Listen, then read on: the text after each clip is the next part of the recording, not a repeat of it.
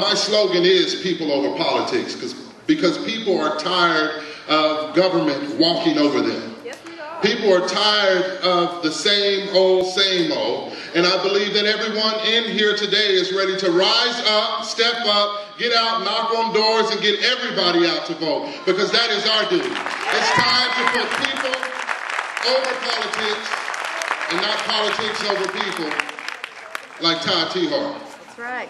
Ooh. My vision for the future of Kansas and America is to make this place the best place in the world to raise a family. Yeah. I believe that with leaders dedicated to that vision, we can provide excellent education, a vibrant economy, and health care for all. Yeah. For this to happen, we need to remember that our government is a government of the people.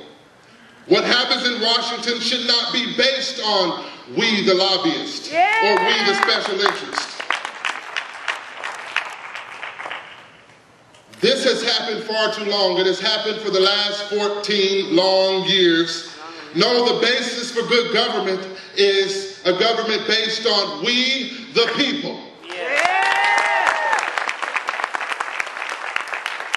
Healthcare must be a top priority for this nation. Yeah. For too long, we have allowed pharmaceutical and health insurance companies to dictate our healthcare policy, which costs the United States more than $2 trillion a year, and is estimated to rise over $4.3 trillion over the next 10 years. We spend 2 times more per person on healthcare than any other industrialized nation, and yet we have lower life expectancies, higher infant mortality, and widespread inefficiencies in healthcare delivery and financing.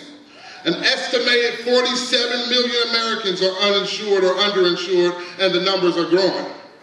Of those who are uninsured, 8 out of 10 are from working families. Right now, can anyone tell me what our current universal health care system is? Do we have one? I heard it out there. It's the emergency room.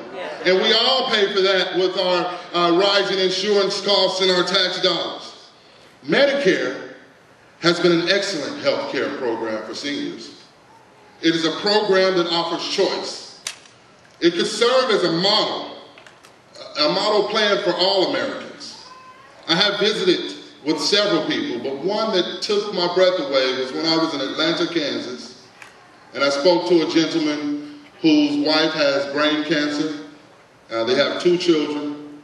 He works 3rd shift at Spirit Aerosystems, and then he goes home to sleep, wakes up, gets in a tractor, farms the land, gets a little rest as he plays with his children and feeds the children, and then he gets right back up and works 3rd shift at Spirit Aerosystems. Their family has no health insurance. He's working his backbone to provide the proper health care to his family. That's terrible. That's right. But just like in rural America, the same thing is happening right here in urban America, right here in Wichita, Kansas. Many of you right now can identify someone in your family who doesn't have the proper health insurance, or the proper health care, or the lack thereof. It's a shame that in this country, the great United States of America, our citizens have to suffer and not have the proper health care that they need. In another area of health care, I am appalled at how callous this administration has been to our returning veterans from Afghanistan and Iraq. We all remember the horror of the injured veterans at the decaying and rat-infested Walter Reed Hospital units. Can you remember that? Yes. Thousands of men and women who are coming home with horrific wounds and serious mental illnesses. The rise in alcoholism, homelessness, and post-traumatic stress syndrome is tragic. That's right. We must take care of these courageous veterans. In fact, any American who has fought in any war should not be denied the proper health care that they deserve.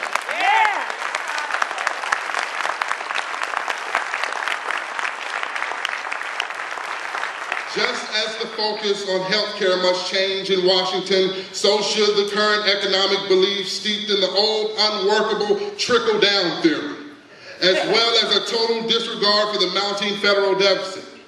According to the National Priorities Project, the 4th Congressional District has spent over $1 billion since March 12, 2008 on the war in Iraq, and we're still spending. Our total debt fed by the war we entered based on untruths is $9.3 trillion and growing. For those who have struggled in better times to get affordable health care, keep food on the table and a roof over their heads, the current economic picture is particularly daunting. Those in the middle class also see their dollars shrinking and worry about the savings for their children's college tuition. Seniors see their retirement dollars falling with the falling markets. Families are losing their homes to foreclosures. Inflation has hit the basic necessities, not only for individuals, but for nonprofit organizations too.